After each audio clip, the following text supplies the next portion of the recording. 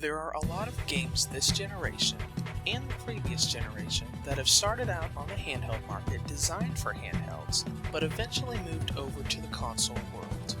In this generation, we can think of at least a few games that have done this both on the PlayStation Vita and the Nintendo 3DS.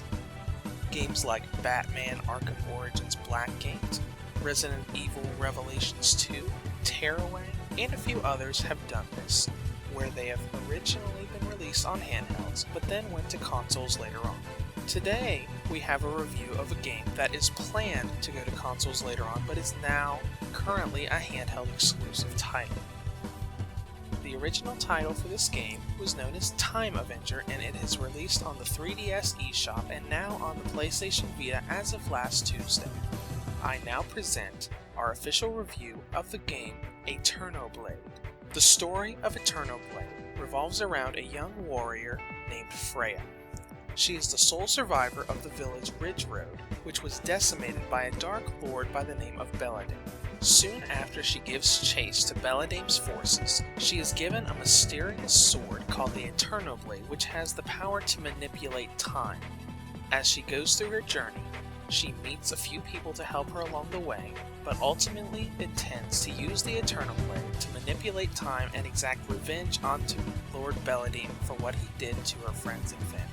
The plot of Aeterno Blade isn't something that's going to hold your attention or make you beg for more of the game. While there is some background information on Belladame, Freya, and some of the other characters, you're going to be spending your time with the gameplay more than you are with story. It's enough to set up the environment and setting of what you're doing, but it's not a particularly great story. Aeterno Blade is what many people call a Metroidvania game. It is a 2D side-scrolling platform game with combat elements that plays very similar to Castlevania games or the old Metroid games. As you progress through each stage, you will be going through 2D environments in a side-scrolling fashion, fighting off hordes of enemies, as well as solving puzzles to get to the end of the stage and the boss battle. One thing to note is that it has two different perspectives of the game. On one hand, you do have a base of operations you go back to before you do each stage. However, there is also an open world aspect where you go to the end of a stage you already cleared, and you go through the end and you're already in the next stage. This is very similar to Castlevania games, except it doesn't have a home base like this game does. Progressing through each stage has two main obstacles for you to bypass. The first is hordes of enemies, and the second is puzzles. Fighting through hordes of enemies is very similar to the God of War series, where you go into a stage, barriers appear at the beginning and end of the area, and you have to fight off the enemies wave after wave until the barriers lower and you can go on to the next area. Puzzles, however, are a different story. As you progress through the game and go through parts of the story, you will gain various parts of your sword that will give you the power to manipulate time in different ways. At first, you might only be able to reverse time, but then you'll also be able to dash through time, as well as set teleport points for you to solve puzzles with. Solving each puzzle will be a matter of figuring out what abilities you need to use and how to use them.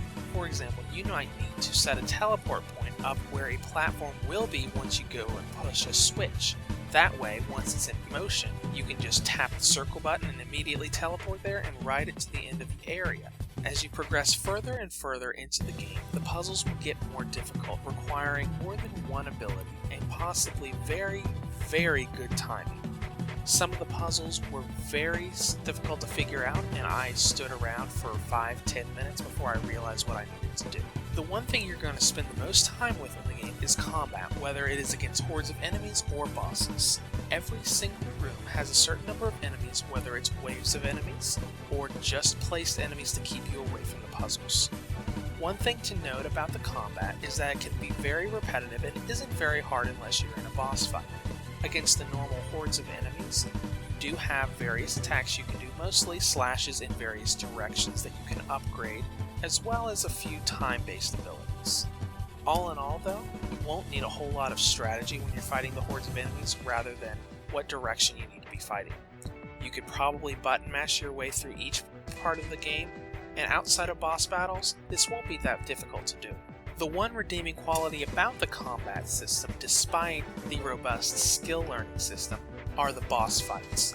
Every boss fight will increase the difficulty dramatically.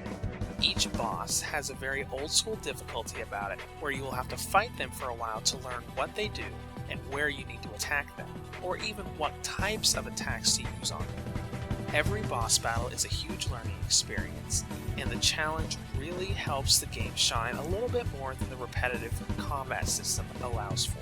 All in all, the game's 7 stages should take you about 8 hours to clear, maybe a little bit more, maybe a little bit less to get to the normal ending. However, if you want to backtrack and get the items needed for the true ending, you can easily double or triple that. All in all though, I don't see you taking more than 12 to 15 hours to get everything in the game. The presentation of the game is one thing that should be addressed, as the visual appearance of the game looks like it was taken out of the PSP genre. There was no smoothing that went into effect on the transition from the 3DS to the PlayStation Vita, and there are a lot of jagged edges and incomplete sections on the character models. While the environments do look decent and do look smooth, the character models leave much to be desired. Other than this, the game actually does run well. The load times are nice and short, and there are no sections where we encountered any lag or slowdown.